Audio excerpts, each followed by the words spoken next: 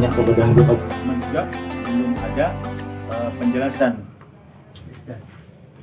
Jadi huruf ba ini adalah kebaikan Allah Subhanahu wa taala untuk umat Nabi Muhammad. Sehingga merasa heranlah kalam ini. Sosoknya belum ada tapi namanya sudah dicantumkan Allah di Lauhul Mahfuz. Lalu kalam diperintahkan Allah untuk menuliskan huruf sin. Jadi huruf ba di mana tadi? Di kendini sebelah kanan. Makanya kalau cahayanya mukanya bercahaya, ya kan? Maka ada 3 huruf di situ, alif ba ta. Karena huruf ba ini adalah cahaya kebaikan untuk umat Nabi Muhammad. Jadi ciri nanti di padang mahsyar Rasulullah tinggal melihat cahaya di wajah umatnya. Ya? Karena itu adalah cahaya kebaikan untuk umat Nabi Muhammad. Allah berikan huruf ba itu sebagai cahayanya umat Nabi Muhammad. Yang artinya apa? Kita ini baru artinya apa? Dijadikan ba, ya. Jadi kita ini baru dijadikan Allah Subhanahu wa taala. Kemudian huruf apa tadi? Ba, sin, bismillah ya. Sin. Huruf sin itu ada berapa lekuk? Ada 3. Lekukan pertama, cahaya pertama ini terbang menuju arasnya Allah Subhanahu wa taala. Kemudian lekukan sin kedua itu terbang menuju kursinya Allah Subhanahu wa taala. Kemudian ba yang ketiga, lekuk sin yang ketiga itu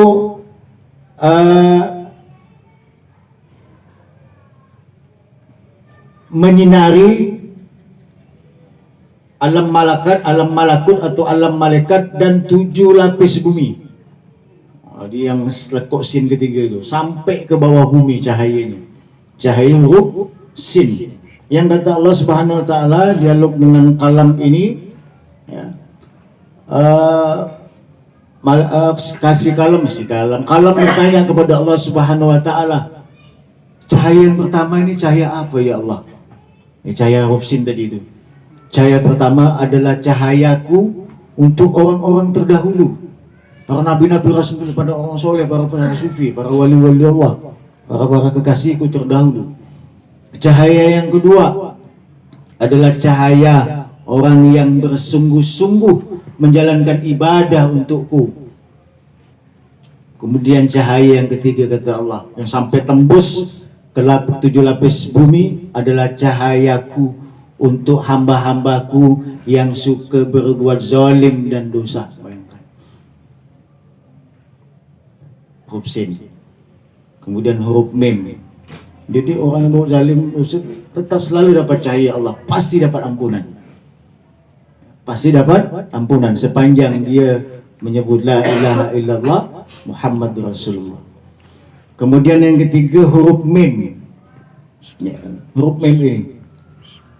Pada saat kalam menuliskan huruf mim, ini cahayanya lebih terang daripada huruf ba dan huruf sin.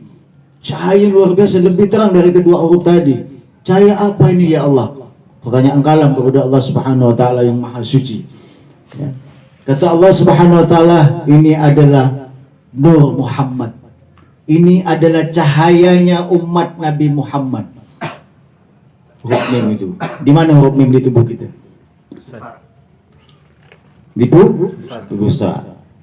Nah, ini pertanyaan ente bisa terjawab malam ini. Yang pengen luangan cahaya.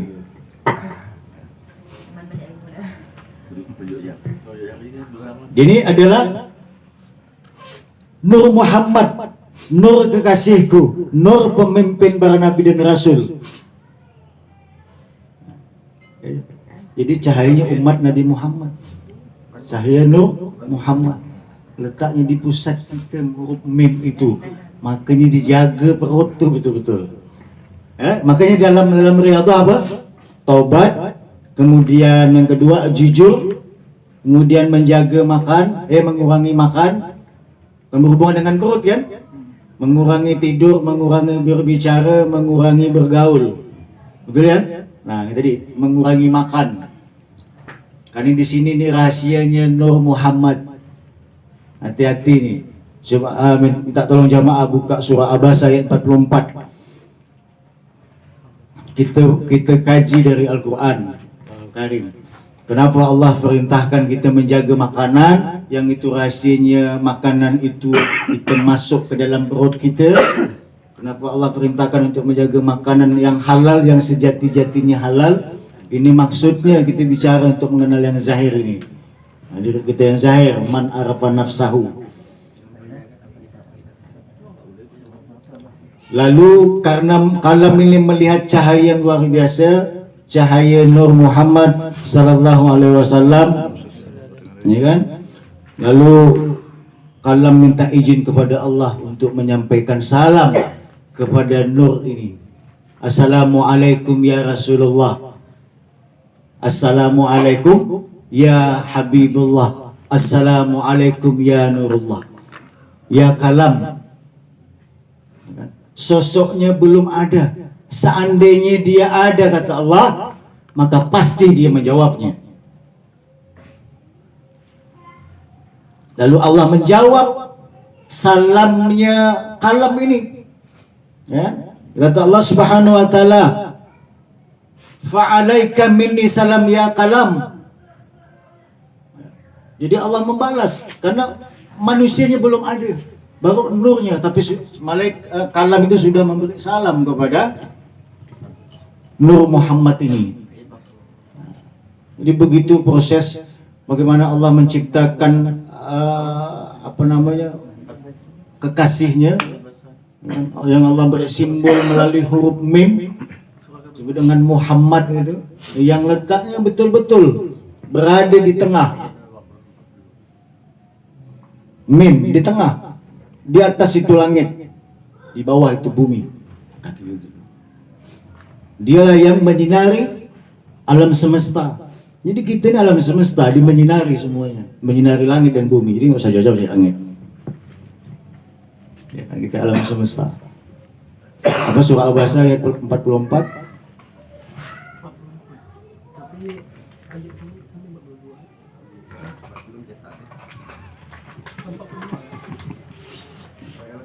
Empat 42 atau 44? 42 ya, 42, maaf. Lebih lagi ini. Ulaika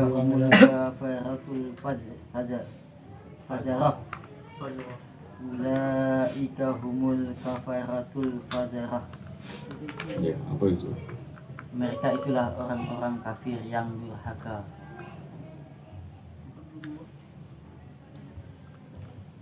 Cuma di situ. 44 nggak ada. Surah Abasa. Abasa ya, bukan surah Abata. Artinya apa tuh? Bermuka masam. Di atasnya? Subhanallah. Sini. Di atas 41. Di atas 41. Tertutup oleh kegelapan, ditimpa kehinaan dan kesusahan.